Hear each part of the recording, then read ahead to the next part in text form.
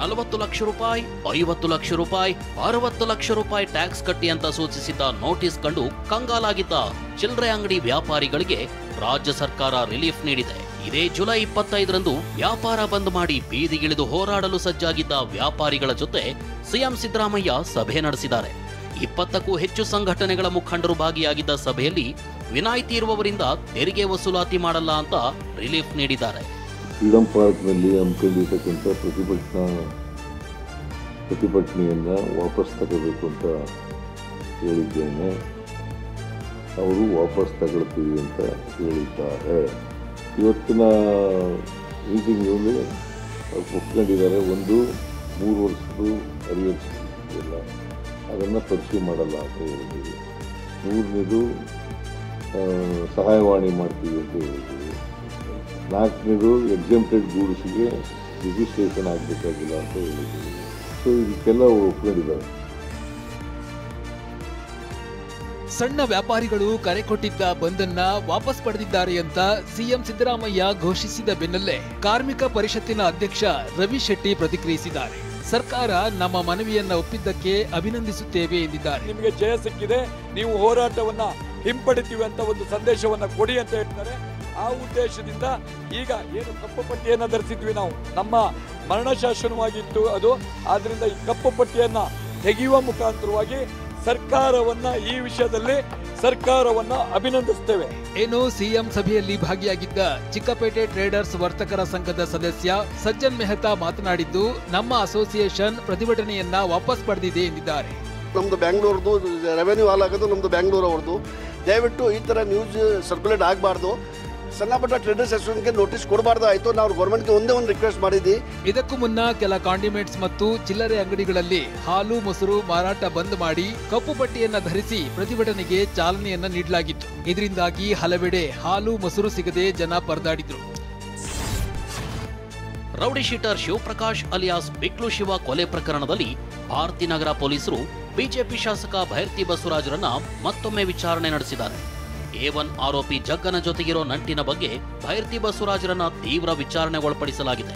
ಕೋಲಾರ್ ಮೂಲದ ಆರೋಪಿಗಳೊಂದಿಗಿನ ಲಿಂಕ್ ಬಗ್ಗೆ, ಶಾಸಕ ಭೈರ್ತಿ ಬರ್ತ್ಡೇ ಪಾರ್ಟಿಯಲ್ಲಿ ಕೊಲೆ ಆರೋಪಿಗಳು ಕಾಣಿಸಿಕೊಂಡಿದ್ದ ಬಗ್ಗೆ, ಆರೋಪಿ ಜಗ್ಗ ದುಬೈಗೆ ಪರಾರಿಯಾದ ಬಗ್ಗೆಯೂ ಶಾಸಕರಿಗೆ ಪ್ರಶ್ನೆಗಳ ಸುರಿಮಳೆಗೈಯಲಾಗಿದೆ. ಇನ್ನು ಪರಾರಿಗೂ ಮುನ್ನ ಆರೋಪಿ ಜಗ್ಗಿ ನಿಮ್ಮ ಸಂಪರ್ಕ ಮಾಡಿದ್ನಾ ಅಂತ ಶಾಸಕ ಭೈರ್ತಿಗೆ ಪ್ರಶ್ನಿಸಲಾಗಿದೆ. ಇನ್ನು ವಿಚಾರಣೆ ಬಳಿಕ ಪ್ರತಿಕ್ರಿಯಿಸಿದ ಶಾಸಕ ಭೈರ್ತಿ ಬಸವರಾಜ್, ಕೊಲೆ ಕೇಸ್ನ ಯಾವ ಆರೋಪಿಗಳು ನನಗೆ ಪರಿಚಯವಿಲ್ಲ, ದುರುದ್ದೇಶಪೂರ್ವಕವಾಗಿ ನನ್ನ ವಿರುದ್ಧ ಆರೋಪ ಮಾಡಲಾಗ್ತಿದೆ ಅಂದಿದ್ದಾರೆ. ಇದಕ್ಕೆ ನನಗೆ ಸಂಬಂಧ ಇಲ್ಲ ಅಂತ ಹೇಳಿ ಆಲ್ರೆಡಿ ನಾನು ಅವತ್ತೇ ಏನು ಆ ಘಟನೆ ಆದ ದಿವಸವೇ ನಾನು ಪ್ರತಿಕ್ರಿಯೆಯನ್ನು ಕೊಟ್ಟಿದ್ದೀನಿ. ನಾನು ಒಬ್ಬ ಜನಪ್ರತಿನಿಧಿ. ನನ್ನ ಜೊತೆ ಯಾರು ಬಂದು ಫೋಟೋ ತೆಗೆಸ್ಕೊತಾರೆ, ಯಾರು ನನ್ನ ಜೊತೆಗೆ ಕ್ರಿಮಿನಲ್ಸ್ ಇದ್ದಾರೆ, ನಾವೇನು ಪತ್ತೆ ಹಚ್ಚಕ್ಕಾಗಲ್ಲ ಯಾರಿಗೂ. ರೌಡಿ ಶೀಟರ್ ಬಿಕ್ಲು ಶಿವ ಕೊಲೆ ಕೇಸ್ನ ಪ್ರಮುಖ ಆರೋಪಿ ಜಗದೀಶ್ ಅಲಿಯಾಸ್ ಜಗ್ಗ ದುಬೈಗೆ ಪರಾರಿಯಾಗಿದ್ದಾನೆ. ಪೊಲೀಸರನ್ನೇ ಯಾಮಾರಿಸಿ ದುಬೈಗೆ ಪರಾರಿಯಾದ A1 ಜಗ್ಗ ಜುಲೈ 15ರಂದು ನಡೆದ ಬಿಕ್ಲು ಶಿವನ ಕೊಲೆಯಲ್ಲಿ ಭಾಗಿಯಾಗಿದ್ದ ಎನ್ನಲಾಗಿದೆ. ಬಳಿಕ ಜುಲೈ 16ರಂದು ಚೆನ್ನೈಗೆ ಪರಾರಿಯಾಗಿದ್ದ ಆರೋಪಿ ಜುಲೈ 16ರಂದು ರಾತ್ರಿ ಚೆನ್ನೈನಿಂದ ದುಬೈಗೆ ಕಾಲ್ಕಿತ್ತಿದ್ದಾನೆ. ಇದೀಗ ಚೆನ್ನೈನಿಂದ ದುಬೈಗೆ A1 ಆರೋಪಿ ತೆರಳಿರುವ ಟಿಕೆಟ್, ಪಾಸ್ಪೋರ್ಟ್ ಅನ್ನ ಪರಿಶೀಲಿಸಿರುವ ಪೊಲೀಸರು ದುಬೈನಲ್ಲಿ ಜಗ್ಗ ಎಲ್ಲಿ ಅವಿತಿದ್ದಾನೆ ಅಂತ ಶೋಧ ಆರಂಭಿಸಿದ್ದಾರೆ. ಜಗ್ಗನ ವಿರುದ್ಧ ರೆಡ್ ಕಾರ್ನರ್ ನೋಟಿಸ್ ಹೊರಡಿಸುವಂತೆ ಕೇಂದ್ರ ಸರ್ಕಾರಕ್ಕೆ ಮನವಿ ಮಾಡೋದಕ್ಕೆ ಸಿದ್ಧತೆಯನ್ನ ನಡೆಸಿದ್ದಾರೆ. ಇನ್ನೊಂದೆಡೆ ಬಿಕ್ಲು ಶಿವ ಕೊಲೆ ಪ್ರಕರಣದ ಬಂಧಿತರ ಸಂಖ್ಯೆ 14ಕ್ಕೆ ಏರಿದೆ. ಹೊಸದಾಗಿ 7 ಆರೋಪಿಗಳನ್ನ ಬಂಧಿಸಿರುವ ಪೊಲೀಸರು ಮೇಯೋ ಹಾಲ್ನ 29ನೇ ಕೋರ್ಟ್ಗೆ ಹಾಜರುಪಡಿಸಿದ್ದಾರೆ. ಜೊತೆಗೆ ಟೆಕ್ನಿಕಲ್ ಎವಿಡೆನ್ಸ್, ಸಾಂದರ್ಭಿಕ ಸಾಕ್ಷ್ಯ ಸೇರಿದಂತೆ ಹಲವು ಸಾಕ್ಷ್ಯಗಳನ್ನ ಸಂಗ್ರಹಿಸಿದ್ದಾರೆ. ಕೊಪ್ಪಳ ಕೈಗಾರಿಕೆ ಮತ್ತು ವಾಣಿಜ್ಯ ತೆರಿಗೆ ಇಲಾಖೆಯ ಉಪನಿರ್ದೇಶಕ ಶೇಖು ಚೌಹಾಣ್ ನಿವಾಸಗಳ ಮೇಲೆ ಲೋಕಾಯುಕ್ತ ದಾಳಿ ನಡೆಸಿದ್ದು ಭರ್ಜರಿ ಬೇಟೆಯಾಡಿದೆ. ಹುಬ್ಬಳ್ಳಿಯಲ್ಲಿರುವ ಶೇಖು ಮನೆಯಲ್ಲಿ 52 ಲಕ್ಷ ನಗದು, 1 ಕೆಜಿ ಚಿನ್ನ, 3 ಕೆಜಿ ಬೆಳ್ಳಿ ಆಭರಣದ ರಾಶಿ ಪತ್ತೆಯಾಗಿದೆ. ಜೊತೆಗೆ ಹುಬ್ಬಳ್ಳಿ, ಕೊಪ್ಪಳ, ವಿಜಯಪುರದಲ್ಲಿ ಒಟ್ಟು 13 ಖಾಲಿ ನಿವೇಶನಗಳು, 6.5 ಎಕರೆ ಕೃಷಿ ಭೂಮಿ ಇರುವ ಬಗ್ಗೆಯೂ ದಾಖಲೆ ಮತ್ತು ಬ್ಯಾಂಕ್ ಖಾತೆಗಳಲ್ಲಿ ಒಟ್ಟು 27 ಲಕ್ಷ ಬ್ಯಾಲೆನ್ಸ್ ಪತ್ತೆಯಾಗಿದೆ. ಇನ್ನಷ್ಟು ಹಣ, ಆಸ್ತಿ ಬಗ್ಗೆ ಲೋಕ ಅಧಿಕಾರಿಗಳು ಮಾಹಿತಿ ಹೊರತೆಗೆಯುತ್ತಿದ್ದಾರೆ. ಮತ್ತೊಂದೆಡೆ ಬೆಂಗಳೂರಿನ ಕೋರಮಂಗಲದಲ್ಲಿ KIADB AEE ರಾಜೇಶ್ಗೂ ಲೋಕಾಯುಕ್ತ ಶಾಕ್ ಕೊಟ್ಟಿದೆ. ಎಡಬ್ಲ್ಇ ರಾಜೇಶ್ ನಿವಾಸದಲ್ಲಿ 5.74 ಲಕ್ಷ ನಗದು, 630 ಗ್ರಾಂ ಚಿನ್ನ, 3 ಕೆಜಿ ಬೆಳ್ಳಿ, ಕಾರು ಪತ್ತೆಯಾಗಿದೆ. ಇನ್ನು ಬೆಂಗಳೂರಿನಲ್ಲಿರೋ ಐಎಎಸ್ ಅಧಿಕಾರಿ ವಾಸಂತಿ ಅಮರ್ ಮನೆಯಲ್ಲೂ ಲೋಕಾಯುಕ್ತ ಅಧಿಕಾರಿಗಳು ಜಾಲಾಡಿದ್ದಾರೆ. ದಾಳಿ ವೇಳೆ ಮನೆಯಲ್ಲಿ ಆಸ್ತಿಪತ್ರಗಳು ಪತ್ತೆಯಾಗಿವೆ, ಕೆಲ ವಾಹನಗಳ ದಾಖಲೆಗಳು ಸಿಕ್ಕಿವೆ. ನೆಲಮಂಗಲದಲ್ಲಿ ಜಮೀನು ಅಕ್ರಮವಾಗಿ ವರ್ಗಾವಣೆ ಮಾಡಿದ್ದ ಸಂಬಂಧ ಐಎಎಸ್ ಅಧಿಕಾರಿ ವಾಸಂತಿ ವಿರುದ್ಧ ಕೇಸ್ ದಾಖಲಾಗಿತ್ತು. ಬೆಂಗಳೂರಿನ ವಸಂತನಗರದಲ್ಲಿರೋ ಚಿಕ್ಕಪೇಟೆ ಪರಾಜಿತ ಅಭ್ಯರ್ಥಿ ಕೆಜಿಎಫ್ ಬಾಬು ಮನೆ ಮೇಲೆ ಆರ್ಟಿಒ ಅಧಿಕಾರಿಗಳು ದಾಳಿ ನಡೆಸಿದ್ರು. ಕೆಜಿಎಫ್ ಬಾಬು ಬಳಸುತ್ತಿದ್ದ ರೋಲ್ಸ್ ರಾಯ್ಸ್ ಸೇರಿ ಹಲವು ಐಷಾರಾಮಿ ಕಾರುಗಳಿಗೆ ತೆರಿಗೆ ಕಟ್ಟದ ಬಗ್ಗೆ ಆರ್ಟಿಒ ತಂಡ ಕ್ರಮಕ್ಕೆ ಮುಂದಾಗಿತ್ತು. Bollywood big B Amitabh Bachchan ನಟ ಅಮೀರ್ ಖಾನ್ ಬಳಿ ಖರೀದಿಸಿದ್ದ ಕೋಟಿ ಬೆಲೆಯ ರೋಲ್ಸ್ ರಾಯ್ಸ್ ಸೇರಿ ಹಲವು ಕಾರುಗಳಿಗೆ ಆರ್ಟಿಒ ತೆರಿಗೆ ಕಟ್ಟಿರಲಿಲ್ಲ. ಈ ಬಗ್ಗೆ ಅಧಿಕಾರಿಗಳು ದಾಖಲೆ ಪರಿಶೀಲಿಸಿದ್ದಾರೆ.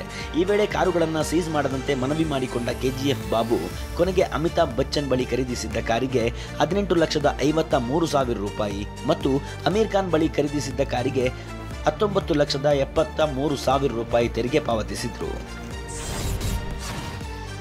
ಸಂಸತ್ನ ಮುಂಗಾರು ಅಧಿವೇಶನದ 3ನೇ ದಿನ ಉಪರಾಷ್ಟ್ರಪತಿ ಜಗದೀಪ್ ಧನ್ಕರ್ ರಾಜೀನಾಮೆ, ಆಪರೇಷನ್ ಸಿಂಧೂರ್ ಮತ್ತು ಬಿಹಾರ ಮತಪಟ್ಟಿ ವಿಚಾರ ಕೋಲಾಹಲಕ್ಕೆ ಕಾರಣವಾಗಿದೆ.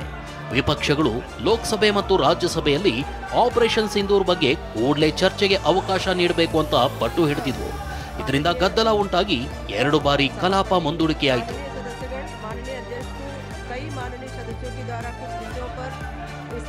ವಿಪಕ್ಷಗಳ ಆಗ್ರಹದ ನಡುವೆ ಕೇಂದ್ರ ಸರ್ಕಾರ ಆಪರೇಷನ್ ಸಿಂಧೂರ್ ಬಗ್ಗೆ ಚರ್ಚೆಗೆ 16 ಗಂಟೆಗಳ ಸಮಯ ನಿಗದಿಪಡಿಸಿದೆ. ಜುಲೈ 29ರಂದು ರಾಜ್ಯಸಭೆಯಲ್ಲಿ ಆಪರೇಷನ್ ಸಿಂಧೂರ್ ಬಗ್ಗೆ ಚರ್ಚೆ ನಡೆಯಲಿದೆ.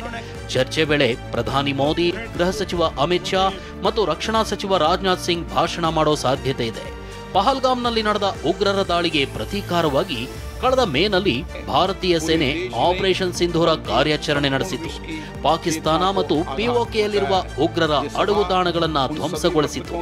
ಆಪರೇಷನ್ ಸಿಂಧೂರ್ ಕಾರ್ಯಾಚರಣೆಯನ್ನ ಪ್ರಧಾನಿ ಮೋದಿ ವಿಜಯ ಉತ್ಸವ ಅಂತ ಬಣ್ಣಿಸಿದ್ದಾರೆ. ಉಪರಾಷ್ಟ್ರಪತಿ ಸ್ಥಾನಕ್ಕೆ ಜಗದೀಪ್ ಧನ್ಕರ್ ರಾಜೀನಾಮೆಗೆ ಕಾರಣ ಏನು ಅನ್ನೋ ಪ್ರಶ್ನೆಗೆ ಪ್ರಧಾನಿ ಮೋದಿ ಉತ್ತರವನ್ನ ನೀಡಬೇಕು ಅಂತ ಕಾಂಗ್ರೆಸ್ ಅಧ್ಯಕ್ಷ ಮಲ್ಲಿಕಾರ್ಜುನ ಖರ್ಗೆ ಆಗ್ರಹಿಸಿದ್ದಾರೆ. ಧನ್ಕರ್ ಅವರು ಬಿಜೆಪಿ ಆರ್ಎಸ್ಎಸ್ಗೆ ನಿಷ್ಠೆ ಹೊಂದಿದ್ದಾರೆ. ಇಷ್ಟಾದ್ರೂ ಅವರು ರಾಜೀನಾಮೆ ನೀಡಿದ್ದಾರೆ ಅಂದ್ರೆ ಖಂಡಿತವಾಗಿ ಇಲ್ಲೇನೋ ಕಾರಣ ಇದೆ. ಆ ಕಾರಣವನ್ನ ದೇಶಕ್ಕೆ ತಿಳಿಸಬೇಕಿದೆ ಅಂತ ಖರ್ಗೆ ಒತ್ತಾಯಿಸಿದ್ದಾರೆ. ಕರ್ನಾಟಕದಲ್ಲಿ ಲೋಕಸಭಾ ಚುನಾವಣೆಯನ್ನ ಕದಿಯಲಾಗಿದೆ ಅಂತ ಲೋಕಸಭಾ ವಿಪಕ್ಷ ನಾಯಕ ರಾಹುಲ್ ಗಾಂಧಿ ಆರೋಪಿಸಿದ್ದಾರೆ. ಬಿಹಾರದ ಮತಪಟ್ಟಿ ಪರಿಷ್ಕರಣೆ ವಿರುದ್ಧ ದೆಹಲಿಯಲ್ಲಿ ನಡೆದ ಪ್ರತಿಭಟನೆಯಲ್ಲಿ ಭಾಗಿಯಾದ ರಾಹುಲ್ ಗಾಂಧಿ, ಮತದಾರರ ಪಟ್ಟಿ ಪರಿಷ್ಕರಣೆ ವೇಳೆ ಬಿಹಾರಕ್ಕೆ ಮಾತ್ರ ಮೋಸ ಆಗ್ತಿಲ್ಲ, ಮಹಾರಾಷ್ಟ್ರದಲ್ಲೂ ಇದೇ ರೀತಿ ಮೋಸ ಮಾಡಲಾಗಿದೆ. ಲೋಕಸಭಾ ಚುನಾವಣೆ ವೇಳೆ ಕರ್ನಾಟಕದಲ್ಲೂ ಭಯಂಕರ ಕಳ್ಳತನ ನಡೆದಿರೋದನ್ನ ಪತ್ತೆ ಹಚ್ಚಿದ್ದೇವೆ. ಚುನಾವಣಾ ಆಯೋಗದ ಆಟ ನಮಗ್ ಗೊತ್ತಾಗಿದೆ ಅಂತ ರಾಹುಲ್ ಗಾಂಧಿ ಆರೋಪಿಸಿದ್ದಾರೆ. 1 करोड़ नए वोटर्स आए थे महाराष्ट्र में और इलेक्शन चोरी किया. ठीक है, कर्नाटक में हमने रिसर्च की है थोड़ी. कर्नाटक में हमने भयंकर चोरी पकड़ी है. मैं ब्लैक एंड व्हाइट में आपको दिखाऊंगा, इलेक्शन कमीशन को दिखाऊंगा. ಕರ್ನಾಟಕ ದೇಶದಲ್ಲೇ ಅತಿ ಹೆಚ್ಚು ತಲಾದಾಯ ಹೊಂದಿರುವ ನಂಬರ್ 1 ರಾಜ್ಯವಾಗಿ ಹೊರಹೊಮ್ಮಿದೆ. 2024-25ನೇ ಹಣಕಾಸು ವರ್ಷದಲ್ಲಿ ಕರ್ನಾಟಕದ ಜನರ ತಲಾದಾಯ 2 ಲಕ್ಷ ದಾಟಿದೆ ಅಂತ ಕೇಂದ್ರ ಹಣಕಾಸು ಇಲಾಖೆ ಲೋಕಸಭೆಗೆ ನೀಡಿದ ಅಂಕಿಅಂಶದಲ್ಲಿ ಬಯಲಾಗಿದೆ. ರಾಜ್ಯ ಕಾಂಗ್ರೆಸ್ ಉಸ್ತುವಾರಿ ರಣದೀಪ್ ಸುರ್ಜೇವಾಲಾ ಈ ಗಮನಾರ್ಹ ಸಾಧನೆಗೆ ಕಾಂಗ್ರೆಸ್ ಸರ್ಕಾರ ಮತ್ತು ಸರ್ಕಾರದ ದೂರದೃಷ್ಟಿಯ ನೀತಿಗಳು ಕಾರಣ ಅಂದಿದ್ದಾರೆ. ಸರ್ಕಾರದ ಗ್ಯಾರಂಟಿ ಯೋಜನೆಗಳು ನೇರ ಪರಿಣಾಮ ಬೀರಿವೆ. ಬಿಜೆಪಿ ನಾಯಕರು ರಾಜ್ಯವನ್ನ ದಿವಾಳಿ ಮಾಡಲಾಗುತ್ತಿದೆ ಅಂತ ಸುಳ್ಳು ಹೇಳ್ತಿದ್ರು. ಆದ್ರೆ ಈಗ ಕೇಂದ್ರ ಹಣಕಾಸು ಸಚಿವಾಲಯದ ಅಂಕಿಅಂಶವೇ ಕರ್ನಾಟಕದ ಆರ್ಥಿಕತೆ ಭದ್ರವಾಗಿದೆ ಅಂತ ಹೇಳ್ತಿವೆ ಎಂದಿದ್ದಾರೆ. ಬೆಂಗಳೂರಿನ ಕಲಾಸಿಪಾಳ್ಯ ಬಸ್ ನಿಲ್ದಾಣದಲ್ಲಿ ಸ್ಫೋಟಕ ವಸ್ತುಗಳು ಪತ್ತೆಯಾಗಿವೆ. ಖಾಸಗಿ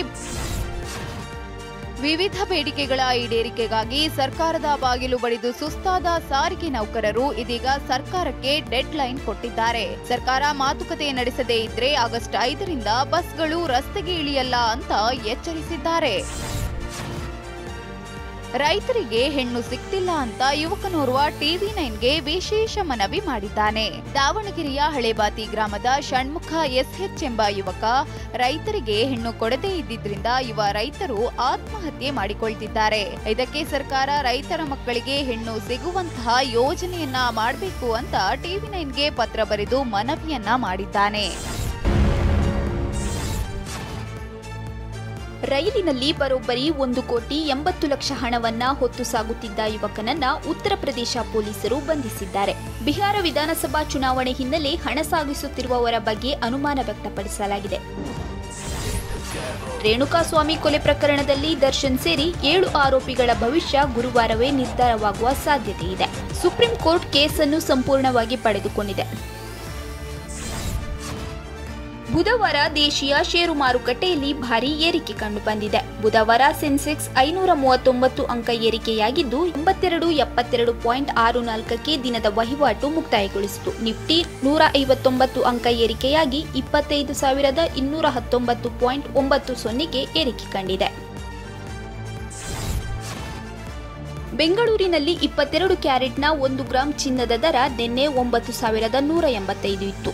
ಇಂದು 9,380ಕ್ಕೆ ಏರಿಕೆಯಾಗಿದೆ. 24 ಕ್ಯಾರೆಟ್ನ 1 ಗ್ರಾಂ ಚಿನ್ನದ ದರ ನಿನ್ನೆ 10,129 ಇತ್ತು. ಇಂದು 10,233 ರೂಪಾಯಿ ಬೆಲೆ ಏರಿಕೆಯಾಗಿದೆ.